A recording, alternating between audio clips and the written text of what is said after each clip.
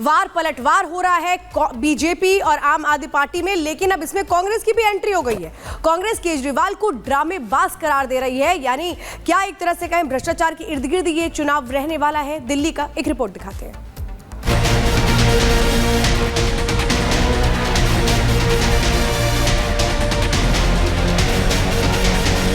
करोड़ों रुपए interior decoration में, और इसमें धांधली का भी एक बहुत बड़ा एंगल है। तो अब केजरीवाल जी को ही बताना चाहिए जमुना साफ हुआ कि नहीं हुआ। केजरीवाल जी के पास एक्साइज के लोग आते थे ना, अब वो हलवा लेके तो आएंगे नहीं, ना वो आपको पोड़ी खिलाएंगे, वो आपको दारू पिलाएंगे। दिल्ली में सियासी रार, तेज जुबानी वार, चुनावी दंगल, पोस्टर से मंगल।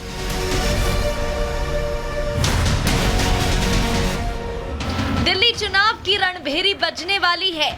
ऐसे में बीजेपी और आप के बीच बाणों की बौछार तेज हो गई है। न केवल जुबानी तीर छोड़े जा रहे हैं, बल्कि पोस्टर वॉर भी जारी है।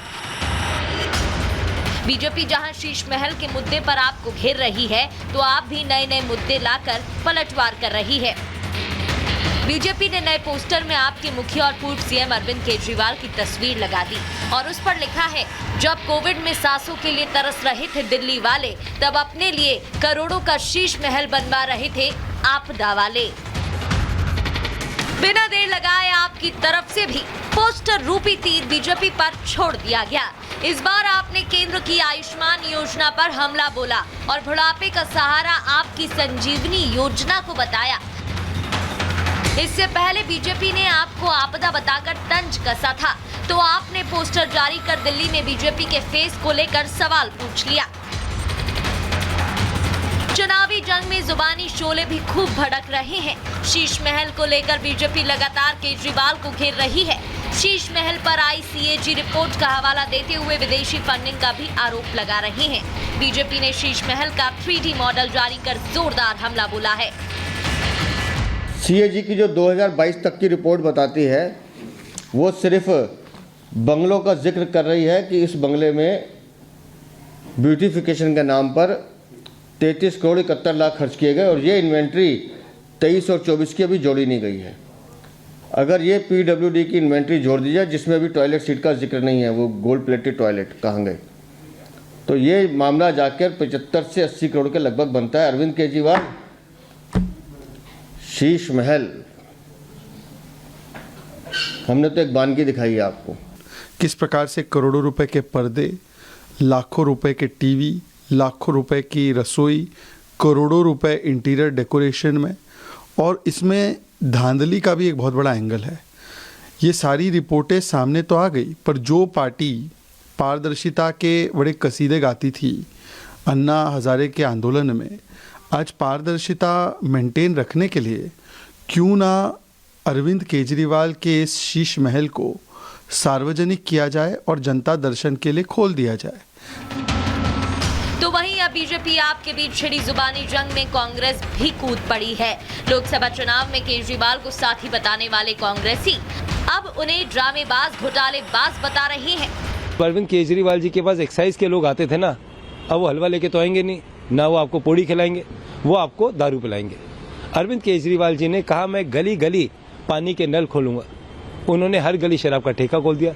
जो व्यक्ति लाजपत नगर 1 सी ब्लॉक में गुरुद्वारे और मंदिर के पास में शराब का ठेका खोल सकता है, जो व्यक्ति कालकागढ़ी गांव के नीम चौक के सामने शराब का ठेका खोल सकता है, तो दिखाइए ना, उसको किसी लोगों से प्यार नहीं है।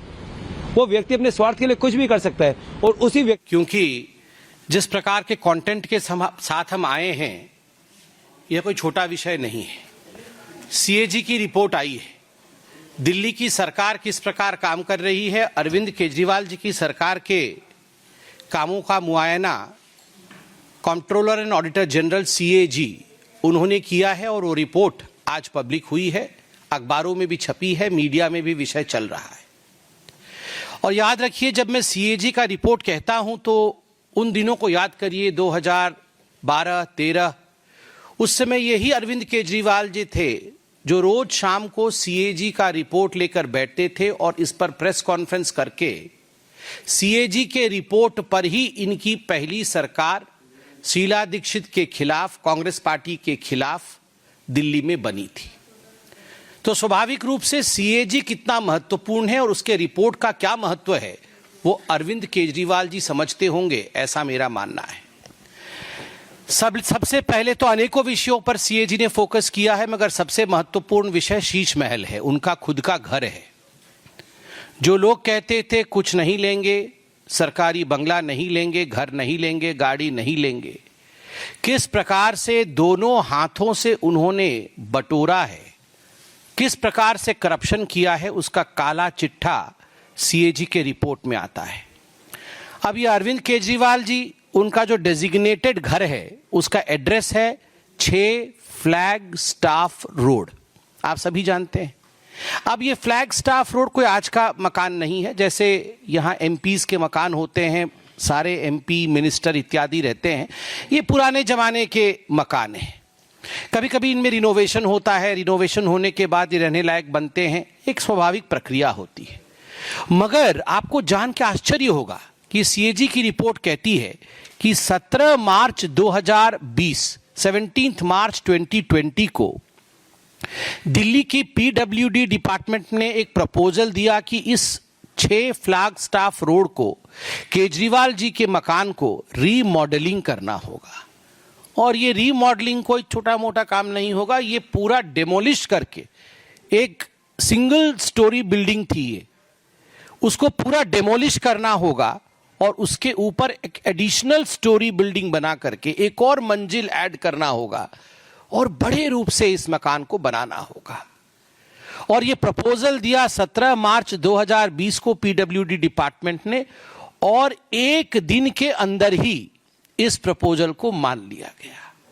विश्व में मुझे लगता है कहीं भी ऐसा नहीं हुआ होगा कि प्रपोजल आज दिया गया और आज ही मान लिया गया है, तुरंत मान लिया गया। अब मान लिया गया तो क्या हुआ, तो एस्टिमेशन होती है, कोई बिल्डिंग बनेगा, उसको तोड़ा जाएगा, नई बिल्डिंग बनेगी, तो एक एस्टिमेटेड कॉस्ट निकालना पड़ता है कि इतना खर्चा होगा।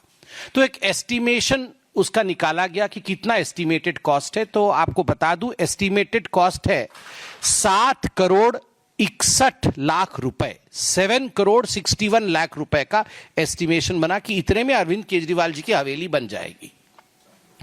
मगर बाद में टेंडर प्रोसेस होता है, एक तो एस्टिमेटेड कॉस्ट होता है, उसके बाद सरकार टेंडर निकालती है। तो टेंडर निकाला गया तो टेंडर का कॉस्ट 8 करोड़ 62 लाख रुपए का निकला। मतलब एस्टिमेटेड कॉस्ट 7 करोड़ का हुआ और जब टेंडर निकला तो वो 8 करोड़ 62 लाख का निकाला गया। उसी में ही पहले में ही घोटाला हो गया।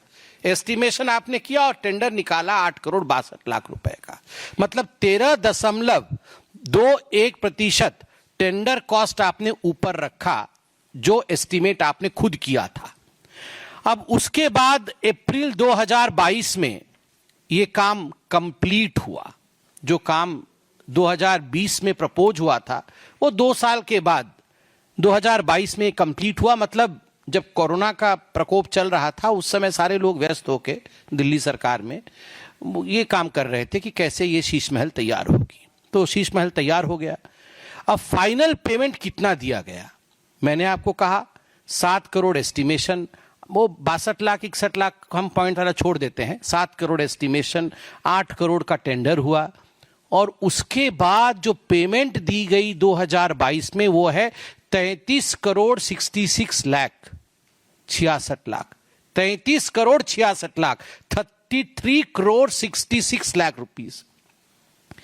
कहां 7 लाख का एस्टिमेट, 7 करोड़ का एस्टिमेट और कहां 33 करोड़ दिया गया है। मतलब जो एस्टिमेटेड कॉस्ट 7 करोड़ का था उससे 342.31% अधिक पेमेंट किया गया और जो टेंडर्ड अमाउंट था 8 करोड़ का उससे 290.49% का ऊपर पेमेंट किया गया। आप सोचिए इतना घोटाला तो हमने कहीं नहीं सुना होगा, वो भी एक हवेली के पीछे, अरविंद केजरीवाल जी के शीश महल के पीछे इस प्रकार का घोटाला। और क्या क्या इसमें घोटाला हुआ, सीएजी और क्या कहती है। सीएजी कहती है देखिए कोई भी बिल्डिंग बनानी हो, कुछ भी आपको एक काम करना हो तो आजकल है एक टर्म कंसल्टेंट। वो कंसल्टेंट आता है और बोलता है हाँ यहाँ पर ऐसा होगा, यहाँ पर ये बनेगा, फलाना बनेगा। तो उसका एक कंसल्टेंसी फीस भी होती है। तो कंसल्टेंट कैसे चुने जाते हैं? सरकार में एक प्रक्रिया होती है, एडवर्टाइजमेंट होता है, और केजरीवाल जी तो वो जो एक डबल एक्सेल शर्ट पहन के एक रेनॉल्ड का पेन लगा के एडवर्टाइजमेंट करने में नंबर 1 है, अपना एडवर्टाइजमेंट करने में नंबर 1 है, मगर कंसल्टेंट के लिए कि उनका शीश महल कौन बनाएगा, उसका कंसल्टेंट के लिए एक भी एडवर्टाइजमेंट नहीं किया। कैसे हुआ फिर? स्पॉट कोटेशन, मतलब वहीं खड़े हो गए और बोले कौन बनाएगा, जरा कंसल्टेंट कौन होगा, आओ।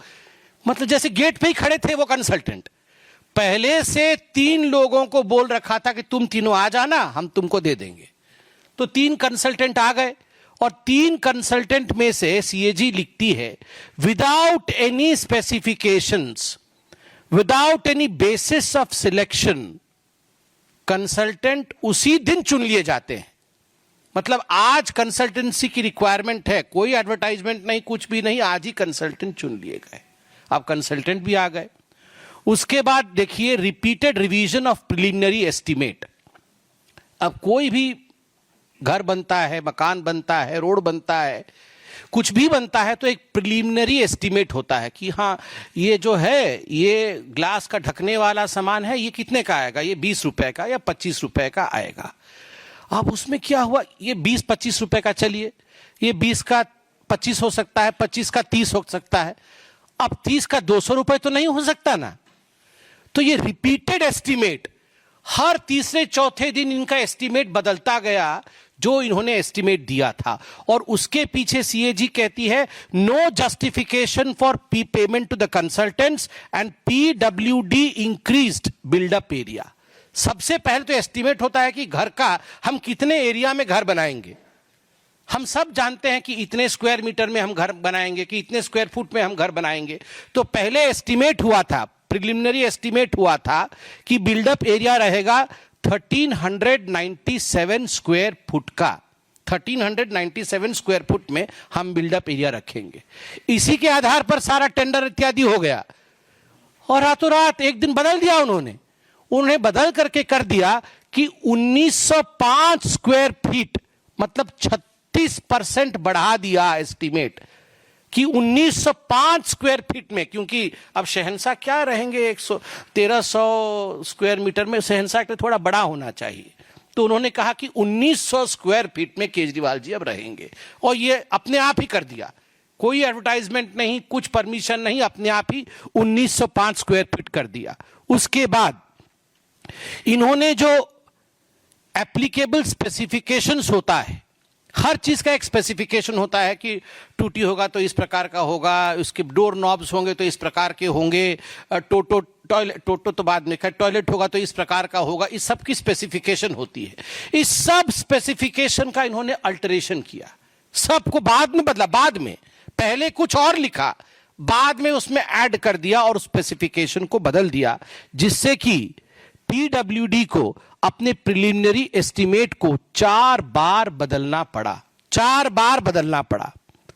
और एक जगह तो ऐसे हुआ, देखिए पेमेंट कैसे होता है, आपको ये खरीदना है तो पहले आप एस्टीमेट बनाएंगे, एस्टीमेट बनाने के बाद अप्रूवल आएगा कि हाँ हम ये खरीदेंगे, फिर आप जाके मार्केट में ये खरीद के लेके आएंगे, 25% का ये खरीद के आप लेके आए। मगर पहले मैं खरीद के ले आऊंगा 300 रुपए का, और पेमेंट बाद में होगी कि ठीक है 300 का खरीद दिया, दे दो। सीएजी यहां पर कहती है कि यहां पर एडमिनिस्ट्रेटिव अप्रूवल और एक्सपेंडिचर सैंक्शन कि आप खर्चा करिए, एडमिनिस्ट्रेटिव अप्रूवल है, ये 9.34 करोड़ रुपए का काम होने के 2 महीने बाद मिला। काम हो गया, जो चीज बाजार से खरीदना था, बल्कि नहीं खरीदना था, वो हायर क्वालिटी चीज खरीद के लगा दी गई केजरीवाल जी के टेस्ट के मुताबिक, और उसके 2 महीने के बाद एडमिनिस्ट्रेटिव अप्रूवल आया, हाँ ठीक खरीदा है आपने, और एक्सपेंडिचर आप कर सकते थे। अरे पहले एक्सपेंडिचर अप्रूवल होता है, पहले एडमिनिस्ट्रेटिव अप्रूवल होती है, उसके बाद वो खरीदी जाती है। मगर मनमानी तरीके से भ्रष्टाचार के रूप में यहां काम अरविंद केजरीवाल जी ने किया। अब सीएजी टेंडरिंग प्रोसेस के ऊपर क्वेश्चन उठाती है। Arbitrary short listing of the bidder, arbitrary अपने मन मुताबिक बिडर का इन्होंने शॉर्ट लिस्टिंग किया। Not restoring to open tender process को दरकिनार किया, जिसके कारण गवर्नमेंट कॉम्पिटिटिव रेट से वंचित रही। अब कंपटीशन होगा तो मैं बोलूंगा मैं 10 करोड़ में बनाऊंगा, तो ये आके बोलेंगे नहीं मैं 7 करोड़ में बना दूंगा, तो आप आके बोलेंगे मैं 5 करोड़ में बना दूंगा, तो सरकार 5 करोड़ रुपए में जो बना देगा उसी काम को तो उसको देगी। मगर यहां पर कॉम्पिटिटिव बिडिंग हुआ ही नहीं। इन्होंने कॉम्पिटिटिव बिडिंग किए बगैर, ओपन टेंडर किए बगैर इन्होंने किसी को टेंडर दे दिया, जिसके कारण 25 करोड़ 80 लाख रुपए एक्स्ट्रा पेमेंट करने पड़े। 25 करोड़ 80 लाख रुपए ये सीएजी कह रही है। आप सोच के देखिए, out of total agreement items the quantities amounting to 4.3 crore were executed in access.